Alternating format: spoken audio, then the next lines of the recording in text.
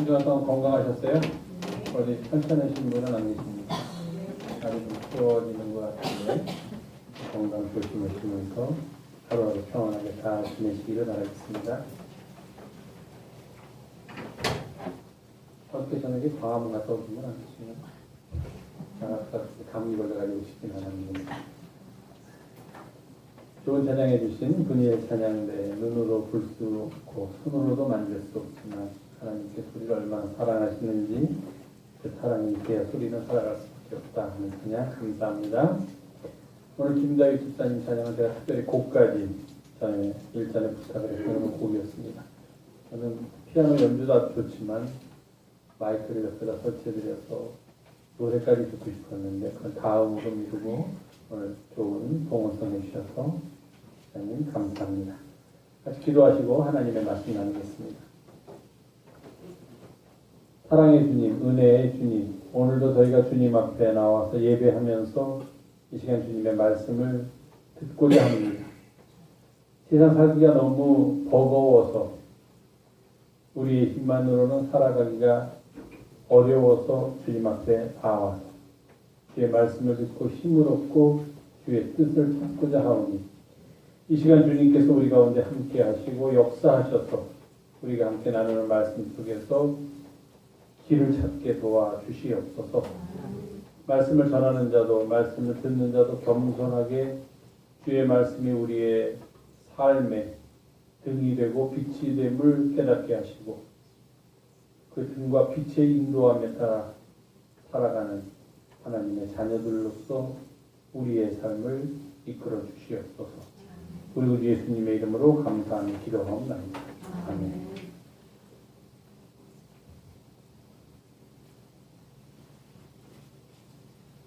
우리가 흔히 1년을 살아가면서 한 해를 계획할 때 매 달에 이름을 붙입니다. 요새는 다 그런 거 안 하는 것 같은데 옛날에는 이름을 많이 붙였어요. 예를 들면 12월의 이름은 무엇일까요? 네? 아니, 그럼 헛다 그런 것들은 교회인데 지금 성탄이면 뭐라 성탄의 달 또는 기다림의 달, 강림의 달 이렇게 12월을 이름 붙여요. 10월은 뭐라고 붙일까요? 10월은 감사의 달이라고 붙이기 조금 이르고 추수가 들어가니까 결실의 달 뭐 이렇게 붙였어요. 그냥 뭐 붙여요. 뭐 8월 달은 뭐 여름 수련회 가니까 수련의 달 뭐 그렇게 5월 달은 여러 가지 행사 가정공학에도 행사 많으니까 가정의 달 이렇게 이름을 붙여요. 그럼 11월 달은 뭐라고 붙일까요? 오늘 11월 첫째 주일이니까 네? 감사의 달. 11월은 감사의 달이에요. 특별히 우리 교회는 11월에 추수감사절이라는 1년에 가장 큰 그런 행사가 있습니다. 물론 부활절도 큰 행사고 성탄도 큰 행사이지만 사실 엄밀히 따지고 보면 부활절과 성탄절은 하나님께서 우리에게 베풀어 주신 일들에 대해서 우리가 기억하는 날들이라면 우리가 우리 편에서 하나님께 드리는 일들을 기억하는 가장 좋은 것을 꼽으라면 역시 감사합니다. 우리가 해야 되는 가장 소중한 일은 하나님을 예배하는 거고 그 예배하는 행위의 가장 핵심은 무엇인가? 감사다 하는 거예요. 또 무엇을 하든지 성경은 항상 그렇게 얘기합니다. 무엇을 하든지 감사함으로 해라. 기도를 해도 감사함으로 하고 찬양을 해도 감사함으로 하고 예배를 드려도 감사함으로 예배를 드려라. 그래야지만 그것이 완성될 수 있다. 이렇게 얘기합니다. 그런데 세상이 하도 소란하다 보니까 온 세상이 소란하다 보니까 이 감사라는 말이 11월이 됐는데도 쏙 들어가 버리고 찾을 수가 없는 그런 지경이 되어버리고 말았습니다. 왜냐하면 우리들이 살기에 그냥 감사라는 말을 꺼내려면 좀 이렇게 뭐가 편안하고 삶이 편안하고 또 사는 형편도 평안하고 그래서 뭔가 여유도 있고 기분도 좋고 이러면 이거 이런 모든 것들을 허락하신 하나님께 우리가 함께 감사합시다 하면은 이게 좀 말이 구색이 맞는데 그렇지 않고 세상은 소란하고 뭐 사는 게 복잡하고 이거 날마다 시끌벅적한 가운데 있으면서 감사합시다 하려면 이게 좀 어울리지 않는 말 같다. 사람들이 그렇게 생각을 해요. 지금의 형편이 그런 것 같습니다. 이거 11월은 감사의 달, 지난 1년을 돌이켜보면서 또 우리에게 다가오시는 주님을 기다리면서 하나님의 베풀어 주시는 은혜를 기억하고 그 은혜를 감사하면서 이달 한 달 보내야 되겠는데 그렇게 보내려다 보니까 이 상황은 전혀 우리에게 쉽사리 그 일을 하도록 허락하지 않는 것 같다는 그런 생각입니다. 그렇지만 상황이 허락하지 않는다고 해서 우리가 감사를 이야기하지 않을 수는 없습니다. 왜냐하면 감사야말로 그리스도인이건 저는 그리스도인이 아니라도 그렇게 생각합니다. 그리스도인이건 그리스도인이 아니건 우리 사람으로 살아가는 그런 어떤 피조물들의 삶과 믿음을 지탱해주는 기둥이 바로 감사이기 때문입니다. 우리가 감사하지 않는다면 다른 피조물들과 무엇이 다르겠습니까? 우리가 감사하지 않는다면 무슨 인간이 만물의 영정이라고 뭘 얘기할 수 있겠습니까? 아무것도 할 수 없다는 거예요. 아무리 과학기술이 발달하고 핸드폰 하나, 이 셀러폰 하나 가지고 모든 걸 할 수 있는 세상이 되었다고 하더라도 우리들의 정신, 우리들의 영혼을 우리가 살펴본다면 그 속에 만약에 감사라는 단어가, 감사라는 행위가 빠져버린다면 이건 정말 아무것도 아니다는, 기계에 불과하다는 거예요. 우리들의 삶이. 그저 잘 움직이는, 내가 원하는 대로 편하게 모든 것을 행사해 줄 수 있는 이런 기계에 불과하고 이 기계와 제가 아무런 다를 바가 없다는 겁니다. 그러니 감사를 아무리 형편이 어려워도 감사라는 이야기를 할 그런 계제가 아니라고 하더라도 하지 않을 수 없다 하는 겁니다. 그래도 이렇게 온 세상이 소란하게 되었을까요? 요즘 세상에서 소란한 나라가 두 나라가 있습니다. 하나는 우리가 살고 있는 대한민국이고요. 소란합니다.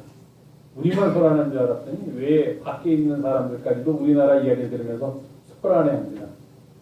너네 나라에서 무슨 일이 일어난 거야? 뭘 뉴스 기자들이 써서 보도를 하는데 자기들은 그걸 읽어봐도 도대체 무슨 일이 일어나는지 이해가 안 된다는 거야. 뭐가 어떻게 됐다는 거야? 부정부패가 만연했다는 거야. 뭐 어떻게 정부의 고위 관리층들이 부정부패에 깊이 연루돼가지고서 범죄를 저질렀다는 거야? 뭐냐고 그 사람들은 궁금해합니다. 뭔지 잘 모르겠다는 거예요. 왜냐하면 자기들이 가지고 있는 상식적인 선에서 이해가 안 되는 일이니까. 한 나라의 지도자가 있고 더군다나 우리나라 헌법 제1조에 우리나라는 민주공화국인데 민주주의를 신봉하면서 그것을 우리나라의 정치 체제로 삼은 나라인데 그래서 하는 게 대의 정치이고 국민의 지도자를 뽑아서 그 지도자에 의해서 나라를 다스려가는 건데 뭐 그걸 그렇게 하다가 거기서 어떤 사람 한두 명이 좀 잘못하고 자기 욕심 때문에 못된 짓 하고 해서는 안 될 짓 하고 그거는 뭐 어느 나라나 있을 수 있는 일이라면 그런 거 같으면 그냥 넘어갈 수 있겠는데 이거 들려오는 이야기를 보면 그런 게 아닌 것 같다 하는 거예요. 한국에서 일어나는 일은. 뭐 우리는 잘 알고 있지만 당사자니까. 밖에서는 그렇게들 보고 있는 것 같습니다. 처음에는 무슨 일이 일어나는 거야 라고 묻다가 그 다음에 설명을 어떻게 그런 일이 가능할까는 좀 이해가 안 된다. 그렇게 얘기하는 거예요. 너가 잘못 알고 있는 거 아니냐. 그렇게 이야기할 수 있는 겁니다. 또 한 나라가 좀 시끄럽죠. 미국이라는 나라 아주 엄청 시끄럽습니다. 내일 모레 11월 8일 날 미국 45번째인가요? 대통령 선거는 몇 번째인지 모르겠는데 대통령 선거 지금 잘 아시겠지만 트럼프라는 사람이 공화당의 대통령 후보이고 민주당의 대통령 후보가 힐러리 클린턴이라는 클린턴 대통령을 되는 사람의 부인 여자입니다. 두 사람이 나왔는데 트럼프라는 사람이 처음에 공화당에서 대통령 후보를 공화당 내에서 대통령 후보를 뽑을 때 나왔을 때 사람들이 그 사람이 공화당의 대통령 후보가 되리라는 것은 아무도 생각하지 못했습니다. 저 사람 웬 돌출 행동이야. 워낙 돌출 행동을 잘하는 사람이니까 이번에도 역시 그런가 보다 했는데 이게 웬일입니까? 그 사람이 벌써 공화당의 대통령 후보가 됐습니다. 우리나라 같으면 마음대로 할 수 없을지도 모르지만 거기서는 어쨌든 뽑히면 할 수 없어요. 내가 공화당을 있는데 저 사람이 아무리 싫어도 저 사람이 뽑혔으면 그 사람을 대통령 후보로 밀어야 됩니다. 공화당에서 처음에 요번 선거는 하나마나 졌구나. 이 말도 안 되는 일을 어떻게 할까? 저 사람이 대통령 후보로서 민주당 후보와 겨루기 전에 어떻게든지 다른 사람으로 바꿔야겠다 하는 그런 생각까지 공화당 지도부에서는 했는데 못 바꿨습니다. 결국 아무리 법을 갖다가 찾아봐도 바꿀 수가 없어서 못 바꿔서 결국 그 사람이 공화당의 후보로 나왔는데, 미국에서도 그 대통령이 되기 전에 아마 연설도 하고 또 두 사람이 나와서 토론도 하나 봅니다. 토론을 하는데, 토론을 하면은 사실 힐러리 클린턴을 이길 수가 없죠. 힐러리 클린턴은 변호사 출신입니다. 그 도널드 트럼프는 기업인입니까?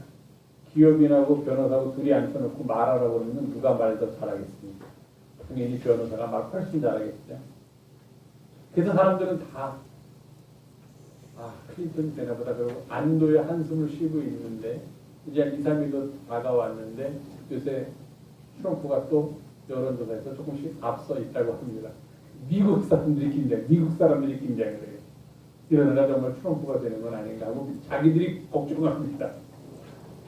그럼 미국 사람들이 다 걱정하고 트럼프가 대통령이 되면은 안 된다 하는데 어떻게 트럼프가 될 수 있는가? 그 미국의 선거 시스템이 가지고 있는 맹점이 거기에 있습니다. 사람들이 다, 예를 들면 알고라는 사람이 나왔었는데요.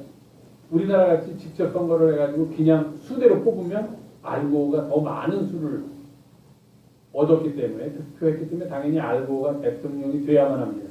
근데 거기는 그렇게 하지 않고 각 주에서 선거인단을 뽑습니다. 그래서 그 선거인단의 수가 많은 사람, 선거인단을 많이 확보한 사람이 대통령이 되기 때문에 일반 득표수로 하면은 알고가 누구였냐, 부시였나, 그 사람보다 훨씬 많지는 않지만 그래도 어느 정도 조금은 많았는데 선거인단 수에서 적었기 때문에 대통령이 되지 못했습니다. 그런 복잡한 시스템, 그리고 미국 사람들의 정신세계 때문에 트럼프가 대통령이 될 수도 있다고 합니다. 그래서 미국이 지금 내는 거에 어떻게 될까? 세계가 다 난립니다. 우리도 같이 난리가 돼야 돼요. 왜냐면은 미국의 대통령은 그냥 혼자서 대통령이 되는 게 아니기 때문에 세계에 너무도 영향을 많이 미치는 자리이기 때문에 어떤 사람이 대통령이 돼서 어떤 정책을 펼치냐에 따라서 온 세계가 흔들리게 되겠죠. 제가 전에 한번 예를 들었죠. 미국의 재정 적자가 심한데 트럼프한테 물었습니다. 우리 적자인데, 정부가 적자인데 당신이 대통령이 되면 어떻게 적자를 극복하겠습니까? 뉴욕 시장을 지냈던 블룸버그라는 사람은 나 월급을 1불, 1,000원만 한 달에. 나머지 내 월급은 다 시의 재정으로 넣어가지고서 시의 재정 적자를 막는데 내가 기여하겠다. 뭐 그런 대답을, 트럼프가 돈이 많으니까 내 부동산의 얼마를 내가 나라에 기증해가지고 적자를 메꾸겠다. 이렇게 대답할 줄 알았는데 왜 그러냐? 적자라고? 그럼 돈이 없어? 돈 찍어내면 되지. 이렇게 얘기하면 이건 큰일 나는 거예요. 이건 정말. 왜냐면 대통령이 돈 찍으라고 그러면 찍어야 됩니다. 밑에 사람들은. 돈 찍으면 어떻게 되는지 모르고 아마 그 밑에 참모들이 극구 말리겠지만 그런 일은 안 되겠지만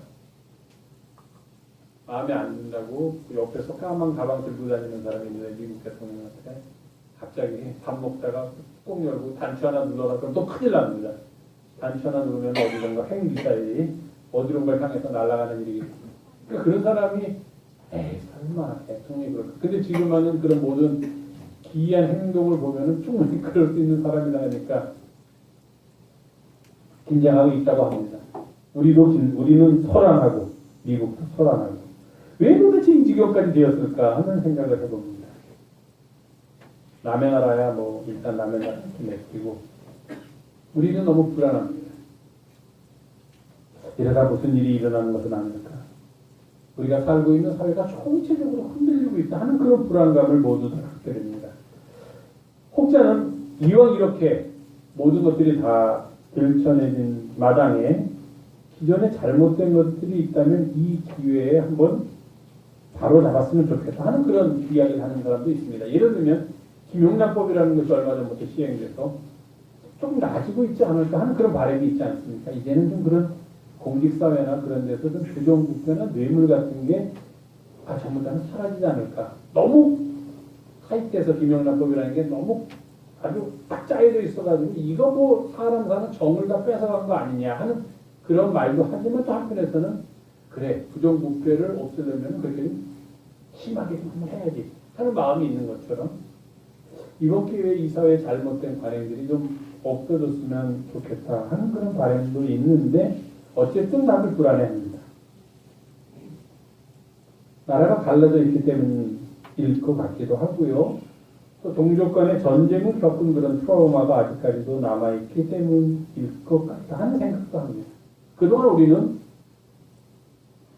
권력을 가진 사람들이 우리를 그렇게 세뇌시켰기 때문에 틀려도 틀렸다고 말하지 못하는 그런 사회에서 살았고요. 잘못된 것을 보면서도 잘못되었다고 말해서는 안 된다 하는 것에 너무 익숙해져서 살아왔습니다. 왜? 잘못된 것을 잘못됐다고 말하면 너 혼자 잘난 체 하다가 너 혼자 인생 망친다 이런 생각이 팽배해 있기 때문입니다. 그러니 입 다물어야 되고 그냥 나도 거기 편승해서 잘못된 거 같이 잘못하면서 살아야 되고 하는 그런 사회에 살았기 때문에 그랬던 것 같습니다. 때로는 개인의 삶의 문제일 수도 있습니다. 우리 가정이 있는데 내 자녀들이 있는데 내가 괜히 여기서 나 혼자 잘났다고 혼자 발음을 한다고 그러다가 이 가족들 나중에 어떡하나 하는 그런 염려, 개인적인 차원 또는 사회적인 차원의 어떤 이러다가 사람들이 나를 이상한 눈으로 쳐다보면 어떻게 하나 하는 그런 문제.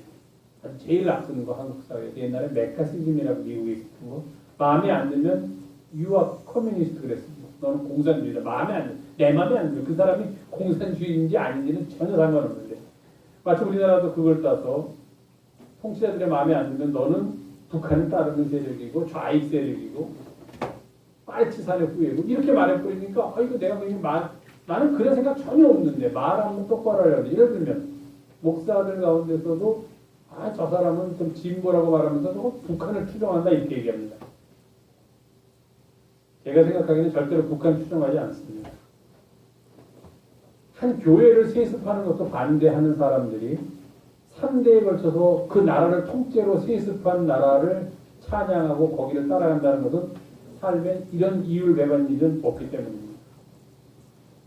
저보고도 어떤 사람이 혹시 그렇게 생각할지 모르지만 저는 북한은 한 민족으로 통일을 해야 된다는 데는 전적으로 지지하지만 북한의 사상이나 생각, 주체 사상이라든지 선군 사상이라든지 그런 걸 따라하지 않습니다. 왜냐하면 그것을 이야기하기 전에 먼저 나라가 똑바로 돼야 되기 때문입니다. 3대에 걸쳐서 나라를 통째로 아들한테 물려주는 그래서 30살이 되기도 전에 나라를 물려받아서 지도자가 되는 그런 나라가 세상에 어디 있습니까? 300명만 되는 교회도 세습해서는 안 된다는데 앞장서서 서병하고 그 일을 하는 사람들이 그렇게 할 수가 있겠습니까? 아니죠. 근데 이 사회가 그렇게 만들고 있습니다. 그런 식으로 오해를 하도록 만듭니다. 며칠 전에 대통령께서 두 번째로 담화문을 발표하고 사과를 하셨습니다. 지난번에는 2분 동안 녹화한 거 가지고 우리한테 보여주셨는데 이번에는 9분 동안 하셨다고 합니다. 끝나면 당연히 프레스 컨퍼런스, 기자회견이 제일 무서운 게 뭐냐면 기자들의 질문입니다. 다른 나라에서는요. 예를 들어서 A라는 문제를 가지고서 나와서 외교상의 어떤 문제가 있을 때 대통령이 기자회견을 해서 이런 문제는 우리가 저 나라와 이렇게 해결하겠습니다라고 얘기를 합니다. 질문 있습니까? 그럼 기자들이 막 손듭니다. 거기 뉴욕타임즈에 김철수 기자 뭡니까? 그러면 지금 대통령이 이야기한 것과는 전혀 다른 이야기. 전혀 대통령이 이 자리에서 한마디도 언급하지 않고 대통령께서 그 어떤 여자분하고 개인적으로 친하다는 얘기가 지금 세간에 돌고 있는데 해명해 주십시오. 이런 걸 질문합니다. 대통령한테. 우리나라에서는 질문 안 받습니다. 그리고 그냥 나가죠. 어떤 사람이 그러더라고요. 그거 왜 요즘 젊은 기자들 그렇게 기대기 없냐. 그런데 잠깐요 그리고 손들고 일어나서 현재의 심경, 앞으로의 결정 이런 것을 물어보지 그러는데 어떤 사람이 거기서 이렇게 그렇게 쉽게 말씀하는데 그 사람은 다 한 가정의 가장이고 아이들도 있고 키워야 되는데 그런 말 하기가 쉽겠습니까? 우리는 못습니다. 어쨌든 우리는 지금 상당히 아픈 시대의 한복판을 함께 그 아픔을 겪으면서 지내고 있습니다. 이 아픔을 잘 겪고 이겨내면은 지금 우리가 살던 세상보다는 더 좋은 세상이 우리들의 자녀들한테 또는 우리들의 후손들한테 물려질 것이다라는 그런 희망을 갖고 싶은데 과연 그런 희망을 가질 수 있겠는가 하는 것이 우리의 고민입니다. 왜 우리가 이런 아픈 시대를 겪는다라고 스스로 말하게 되었을까요? 다양한 이유가 제시되겠지만 제가 오늘 말씀드리고 싶은 것은 무엇보다도 신뢰가 상실했기 때문에 이런 아픔을 겪는 시대의 한복판을 걷게 되었다는 겁니다. 신뢰가 상실되었다는 것. 무엇을 말해도 믿을 수가 없는 그런 사회가 되었습니다. 정색을 하면서 그런 일 없다. 누가 그런 일을 하느냐. 엄중하게 조사를 해가지고 그런 말도 안 되는 소문을 퍼뜨린 사람을 아주 크게 혼을 내주겠다. 이야기했는데 다음 날이 되면은 그것이 사실인 것처럼 드러납니다. 서로 믿을 수 없는 사회가 됐어요. 저 사람이 말을 하면은 믿고 따라주고 격려하고 힘을 합해야 되는데 아이고 또 거짓말하네. 저 내일이면 드러날 텐데. 사람들이 이렇게 생각을 하게 된다면 이런 불신 사회에서는 우리가 서로 살아갈 수가 없습니다. 믿을 수가 없습니다. 아주 반쪽으로 해서 내가 내는 세금이 어떻게 쓰이는지 모르는데 이게 말이 되는가. 이렇게 이야기할 수 있는 그런 사회까지 되었습니다. 그러다 보니 이런 사회를 살아간다고 우리가 스스로 자괴감에 빠져 있다 보니까 희망을 얘기할 수가 없습니다. 내일을 얘기할 수가 없어요. 서로 믿을 수가 없는데 서로 잡아먹기만 하고 서로 속이려고만 하는데 도대체 우리에게 어떤 내일이 있을 것인가? 어떤 희망을 이야기할 것인가? 이런 고민이 앞선다는 것입니다. 제가 한번 생각의 고리, 생각의 사슬 한번 이렇게 이야기해봤습니다. 우리의 신뢰가 깨졌다. 서로 믿을 수 없는 사회가 됐다. 나라의 지도자들이 뭐라고 얘기하면 백성들이 아 그렇구나 하고 또 따라서 그 일을 함께 해야 되는데 다들 고개를 돌리면서 어이없는 웃음을 지으면서 또 거짓말하고 있구나라고 백성들이 그런다면 도대체 이런 사회가 어떻게 지탱될 수 있느냐 해서 신뢰는 어디서부터 올까? 그러니까 정직으로부터 온다는 겁니다. 정직해야 돼요. 특히 공인들, 백성의 지도자라는 사람들은 정직해야 합니다. 물론 그들뿐만 아니라 우리 모두도 정직해야만 합니다. 성경에는 장사를 하는 사람들에 대해서 엄중하게 경고하는데 너희들이 많은 이익을 남기지 말라 그런 얘기 안 합니다. 이렇게 엄중하게 경고합니다. 저울을 속이지 마라. 내가 지금 고기 500g을 드립니다 하면서 저울을 조작해가지고 300g만 주면서 500g입니다라고 500g의 돈을 받으면 안 된다는 겁니다. 그건 잘못된 거예요. 그렇게 하지 말라는 겁니다.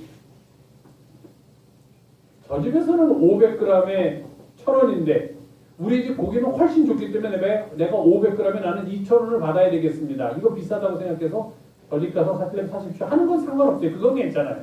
그건 내가 비즈니스를 운영하는 나의 지침이기 때문에. 그런데 저울로를 속이는 것은 안 된다는 거예요. 그게 무슨 이야기입니까? 정직하지 않으면 안 된다는 거예요. 너가 사업수완이나 사업을 잘하는 것은 문제가 되지 않는데 그 사업을 잘한다는 게 정직하지 못한 방법을 통해서 사업을 하게 되면 그건 안 된다는 거예요. 정직하지 않다고 소문이 나면은 사람들이 거기를 찾지 않게 됩니다. 신뢰가 깨집니다. 신뢰가 깨지면 어떻게 되느냐? 그 사회는 정의롭지 못한 사회가 됩니다. 믿지는 못하니까요. 서로. 속이고 속이는 사회가 되니까 정의롭지 못한 사회가 되면 평안하지 않습니다. 평화가 없습니다. 그래서 사람들이 늘 긴장하고 짜증내고 그저 살아남기 위해서 서로 다른 사람 그냥 잡아먹으려만 하고 이런 사회를 살다 보면 어떻게 됩니까? 희망이 없어집니다. 그러면서 가장 중요한 감사라는 걸 잃게 됩니다. 그래서 내가 얻은 것 내가 잘해서 내가 똑똑해서 내가 잘나서 얻은 거다라고 생각하게 됩니다. 감사가 없어지고 희망이 없어집니다. 정직하지 못한 사회가 결국에 가야 될 종착점은 희망이 없는 사회, 감사가 없는 사회라는 것입니다.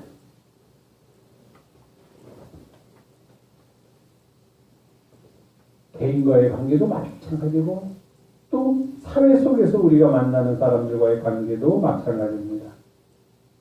신뢰가 무너지면 삶이 무너지고 사회가 무너지고 모든 것이 다 무너집니다. 그럼 신뢰가 무너지지 않도록 하기 위해서 필요한 것이 뭐냐면은 하나님의 의, 공의, 정의라는 것입니다. 근데 우리가 성서에서 교회 안에서 이야기하는 의, 정의, 공의는 세상의 법적인 개념으로 이야기하는 정의와 공의와는 조금 다릅니다. 사람들은 정의 그런 얘기하면 좀 싫어합니다. 뭐 이상한 얘기, 좀 마음에 안 드는데 좀 편안하게 해주면 좋겠는데 좀 정의롭게 살라고 하면서 뭐 무슨 잘못했다고 이런 것만 꼬집어내는 것은 아니고 해서 불안해합니다. 근데 그때의 정의는 얼마 전까지 미국에서 선풍적인 인기를 끌고 세계 나라의 언어로 번역되었던 마이클 셀던이라는 하버드 법학자가 쓴 What is Justice라는 책이 있습니다. Justice. 그런 정의입니다. 법률적인 의미에서의 정의입니다. 그런데 성경이 말하는 하나님의 정의, 하나님의 공의, 하나님의 의로움, 그거는 조금 다른 이야기입니다. 그래서 제가 여러분께 말씀드리고자 하는 신뢰가 회복된 사회는 바로 하나님의 의로움, 하나님의 정의가 실현되는 사회다라고 할 때 그 정의는 법적인 개념의 justice라는 그런 의미의 정의는 아니고 그거와는 조금 다른 차원의 성경이 이야기하는 하나님의 의로움, 하나님의 공의입니다. 그것은 무엇일까? 하나님의 의는 무엇일까? 그것은 올바른 관계의 정립입니다. 관계가 올바로 맺어지면, 신뢰가 있는 관계로 맺어지면 그 관계는 우리가 정의롭다라고 그렇게 이야기할 수 있다는 겁니다. 두 인격체 사이의 올바른 관계, 두 인격체 사이의 의로운 관계, 이것을 우리가 성경에서는 하나님의 의, 하나님의 정의라고 이야기합니다. 온 세상이 소란하고 소란한 세상에서 살아갈 때 우리가 이 소란한 세상을 바로잡고 희망을 이야기하고 내일을 이야기하고 감사를 이야기할 수 있는 유일한 길은 바로 이 땅에 이런 하나님의 의가 실현되도록, 하나님의 의가 이루어지도록 기도하고 애쓰는 데 있다는 것, 그것을 말씀드리려고 하는 것입니다. 우리의 관계는 크게 두 가지 관계가 있습니다. 하나님과 사람들과의 관계가 있고 사람들과 사람들과의 관계가 있습니다. 요즘은 더 나가서 사람들과 자연과의 관계까지 이야기하지만 그것은 나중에 얘기하고 우선은 하나님과 사람과의 관계, 사람과 사람과의 관계. 그 관계가 아까 말씀드린 신뢰의 관계로 올바르게 맺어지면 그러한 상태를 우리가 정의로운 상태다. 하나님의 의가 이루어진 상태다. 그렇게 이야기합니다. 하나님과 우리와의 관계 먼저 말씀드립니다. 하나님과 우리와의 관계는 언약 관계입니다. 약속 관계입니다. 계약을 맺은 관계입니다. 어떤 계약이냐? 하나님은 자기의 백성들을 건지시고 지키시고 그들을 보존해야 될 의무가 있습니다. 그게 하나님과의 관계 속에 써있는 계약서의 내용입니다.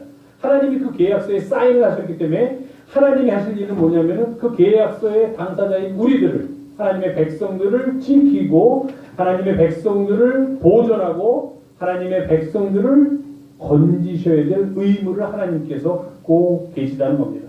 그러면 우리 편에서도 의무가 있습니다. 상대방의 의무는 우리의 권리입니다. 하나님이 이렇게 하셔야 되기 때문에 그것은 우리가 누리게 될 권리라면 우리가 또 하나님께 해야 될 의무가 있습니다. 그 의무는 무엇인가? 감사하는 마음으로 하나님께 나아가고 성실함으로 하나님을 예배하고 하나님에게서만 구원과 삶을 기대하며 봉헌과 기도로 하나님을 섬기고 하나님의 명령을 따르는 것. 그리고 이 땅에서 하나님의 구원을 이루어가는 것. 이것이 우리의 의무입니다. 하나님과 우리는 이러한 약속 관계 속에서, 계약 관계 속에서, 언약 관계 속에서 맺어진 계약의 양쪽 당사자들이다. 성경은 그렇게 얘기합니다. 그러니까 여기서 정의가 실현된다는 말은 무엇이냐면 바로 이렇게 하나님께서 하나님의 의무를 다하고 또 우리는 우리대로 하나님께 대한 의무를 다할 때 서로 신뢰 속에서 믿고 당연히 나의 계약의 상대방이 그렇게 해줄 것이다라는 신뢰 속에서 믿고 서로가 자기에게 주어진 의무를 다할 때 그런 관계를 우리가 정의롭다. 그렇게 성경이 이야기하고 있는 것입니다. 하나님의 의, 하나님의 공의가 이 땅에 실현되는 것. 그것을 성서는 크게 이렇게 몇 가지를 요약합니다. 다음 화면 한번 보세요. 첫 번째, 하나님의 의는 무엇이냐? 하나님은 성실하시고 하나님은 진실하시라는 겁니다. 그게 하나님의 의가 의미하는 바입니다. 하나님이 의로우시다라고 말하는 건 두 번째, 하나님은 하나님의 약속 말씀을 변함없이 지키시는 분이다. 그것을 우리가 하나님은 의로우신 분이다. 하나님은 정의로우신 분이다. 이렇게 얘기합니다. 세 번째, 하나님께서 자기 백성을 위해서 개입하셔서 이 우리들의 삶 속에 개입하셔서 우리를 건지시고 우리에게 구원을 베풀어 주신다.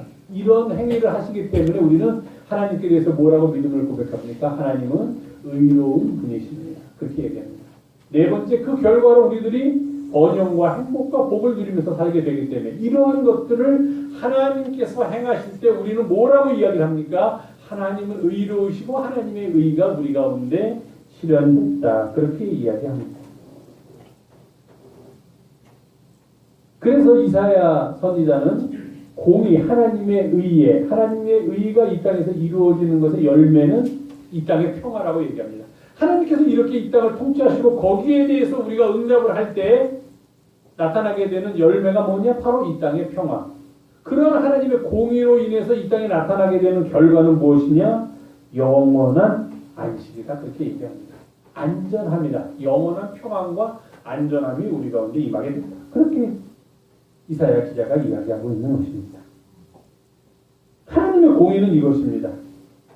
뭐 한 나라가 뭐 지도자들이 어떻게 하고 뭐 공의롭게 하고 물론 그것도 하나님의 뜻을 받드는 사람이 이 땅에서 함께 추구하고 실천해 나가야 될 의로움이지만 그러나 그보다 더 높은 차원에 있는 하나님의 공의는 하나님께서 우리들을 향하여 어떤 마음을 가지시고 어떤 의무를 가지시고 그 일을 어떻게 감당하고 있느냐는 겁니다.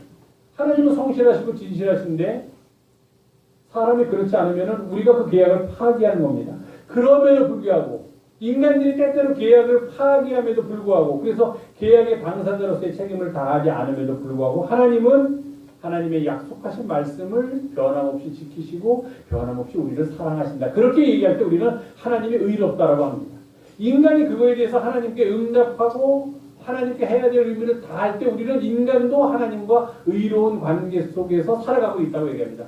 만약에 인간이 그 일을 하지 않는다면 우리는 인간이 계약관계를 파기했기 때문에 인간은 의롭지 않다라고 이야기한다는 것입니다. 거기에 의가 가지고 있는 깊은 뜻이 있다는 것입니다.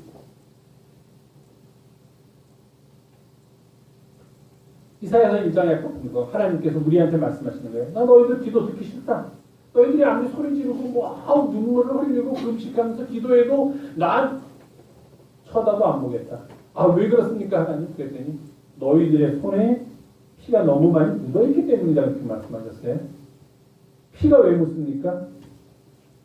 피가 왜 묻을 것 같아요 손에? 아니 피가 왜 묻어요? 피가 욕심가진 피가 묻어요? 피 안 묻어? 다행히 욕심 없는 살인사건이 일어나잖아요. 살인사건이 일어나면은 죽은 사람은 피를 흘리고 살인을 저지른 사람 손에 피가 묻습니다. 맥베스라고 그 유명한 셰익스피어가 쓴 4대 비극 중에 하나 있습니다. 거기서 맥베스가 왕이 되려고 왕을 죽입니다.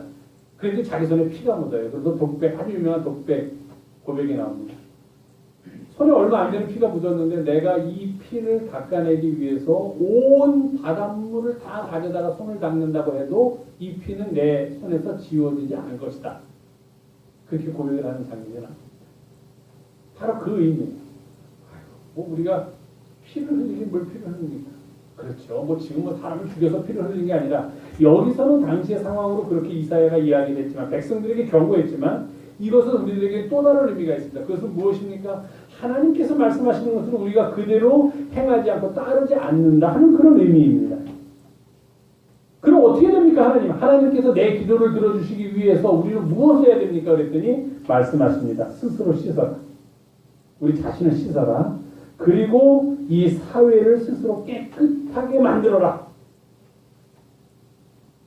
너희의 모든 악한 행실을 버리고 행악을 그쳐라. 그만해라.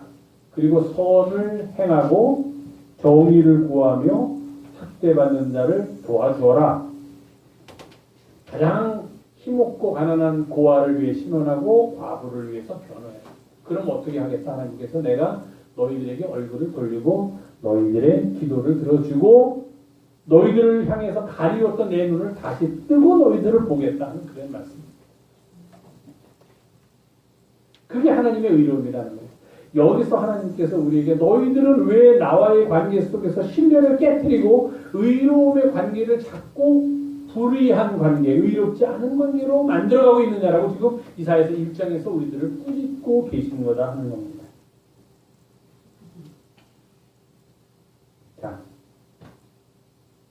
정직하게 살아가면은 서로를 믿게 됩니다. 저 사람이 정직하니까. 나도 저 사람에게 정직하니까 서로를 믿는 신뢰의 관계가 성립되고 서로 최선을 다해서 신뢰의 관계를 유지하면 우리가 그런 상태를 정의로운 상태다. 그렇게 얘기합니다.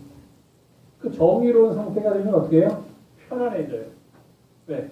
믿으니까 저 사람이 나를 속일 거라고 생각하지 않으니까 저 사람이 나한테 거짓말을 할 거라고 생각하니까 얼마나 편합니까? 근데 거꾸로 날마다 아침이면 눈 떠가지고 오늘은 저놈이 나한테 거짓말 하지 않을까? 오늘은 저놈이 내 등쳐먹지 않을까? 오늘은 저놈은 또 날 뭘 가지고 속이려고 할까? 이거 속이지 않게 해서 정신 바싹 차려야 돼. 이러면 골치 아프고 아주 편안하지 않은 상태가 된다는 겁니다. 날마다 긴장하고 살아야 된다는 겁니다. 속지 않으려고, 손해보지 않으려고. 그런데 정직하고 그래서 신뢰롭고 그래서 정의로운 사회가 되면 그런 사회는 평화로운 사회, 안전한 사회가 된다는 겁니다. 그때 우리는 무엇을 노래합니까? 하나님께 감사를 노래하고 희망을 노래하고 내일을 그릴 수 있다. 지금은 내일을 그리기에 너무 각박해졌다 있다는 겁니다. 신뢰가 상실됐기 때문에 믿을 수가 없기 때문에 내일은 이야기할 수가 없어요. 도대체. 감사를 해야 되는 때가 됐는데도 불구하고 이렇게 하나님의 의가 깨지고 상실된 시대를 살다 보니 감사와 희망을 자꾸 잃어버리고 감사와 희망을 자꾸 잊어버리고 그렇게 살아가고 있나 봅니다.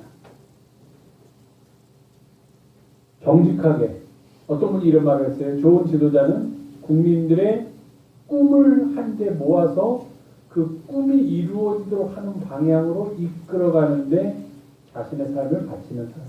이게 정직한 지도자, 좋은 지도자라고 합니다.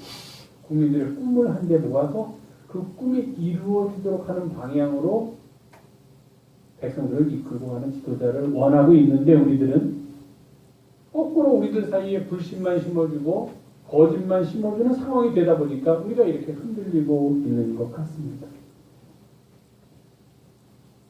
신뢰가 깨지고 있습니다. 믿을 수가 없는 사회가 됐어요. 그러다 보니 정의는 이야기할 수 없는 그런 사회가 되어버리고 말았습니다. 거기까지는 참겠는데 가장 귀한 감사, 희망마저 상실하니까 이제는 더 이상 참기가 어렵습니다. 그럼에도 불구하고 이 계절에 우리가 하나님께 감사할 수밖에 없는 이유는 하나님의 의로움은 여전히 살아계시고 하나님은 우리와의 그런 아름답고 선한 관계를 유지하기 위해서 지금도 우리를 기다리고 계시고 우리들에게 그 길로 돌아오므로 말씀하고 계시다는 겁니다.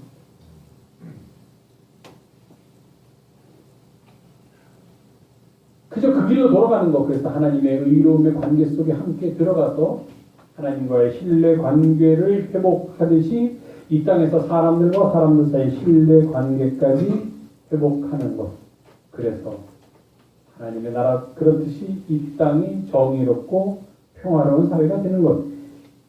그것을 위해 기도하는 것이 우리가 살아가는 이유이며 우리가 찾아야 할 길입니다. 그래서 우리는 주님 안에서 주님, 내가 그 길을 어떻게 찾을 수 있겠습니까? 라고 묻고 함께 그 길을 찾아 나섭니다. 오늘 이사야 선지자가 우리에게 말한 대로 먼저 우리가 우리 자신을 씻을 때 그리고 우리가 속해 있는 이 사회가 스스로를 깨끗하고 정직하게 만들려고 애쓸 때 그때 신뢰는 살아날 것입니다. 정의는 회복될 것입니다. 그렇게 되면은 우리는 그 정의의 열매인 평화를 얻게 되고 정의의 결과로서 영원한 평안과 안전 속에서 거하게 됩니다. 그래서 이사야 선지자는 32장에서 사실 이사야 32장은 그런 정의로운 왕이 통치하는 세상에 대해서 쓰고 있는데요. 마지막에 이렇게 이야기합니다. 백성들이 모두 다 화평한 집과 안전한 거처와 조용히 쉬는 곳에 있게 될 것이다. 이거 너무 크게 우리가 바라는 거 아니지 않습니까? 그저 우리는 이렇게 살고 싶을 뿐입니다. 그저 평안하게, 안전하게, 조용히, 과문을 가도 사랑하는 자녀들과 쉬기 위해서, 놀기 위해서, 편안하게 내일을 이야기하고 자녀들의 꿈을 들어주기 위해서 그런 좋은 자리에 가서 살고 싶은데 왜 거기 가서 대치하고 소리 지르고 잘못됐다고 안 잘못됐다고 다퉈야만 그건 정의로운 사회가 아니기 때문에 신뢰가 깨졌기 때문에 그 신뢰를 회복하기 위해서 그런 일이 필요하지만 그러나 궁극적으로는 결국 우리들은 하나님의 의가 이 땅에 실현해요. 그래서 하나님과 우리와의 관계가 올바른 관계로 새롭게 세워지듯이 사람과 사람과의 관계도 정직과 신뢰를 바탕으로 한 올바른 관계가 회복될 때 우리는 이 땅을 살면서도 하나님의 나라를 맛보면서 살고 있다. 그렇게 고백할 수 있는 것입니다. 그때 우리는 정말로 하나님 감사합니다. 하나님 이제 우리가 희망을 보게 됩니다. 이렇게 노래할 수 있게 되리라 믿습니다.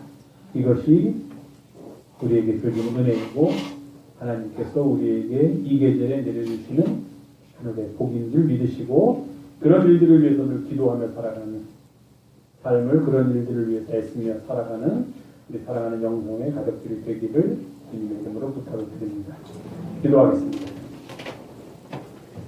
고마우신 주님, 오늘도 함께 모여서 이 땅을 살아가는 길을 찾습니다. 험한 길이지만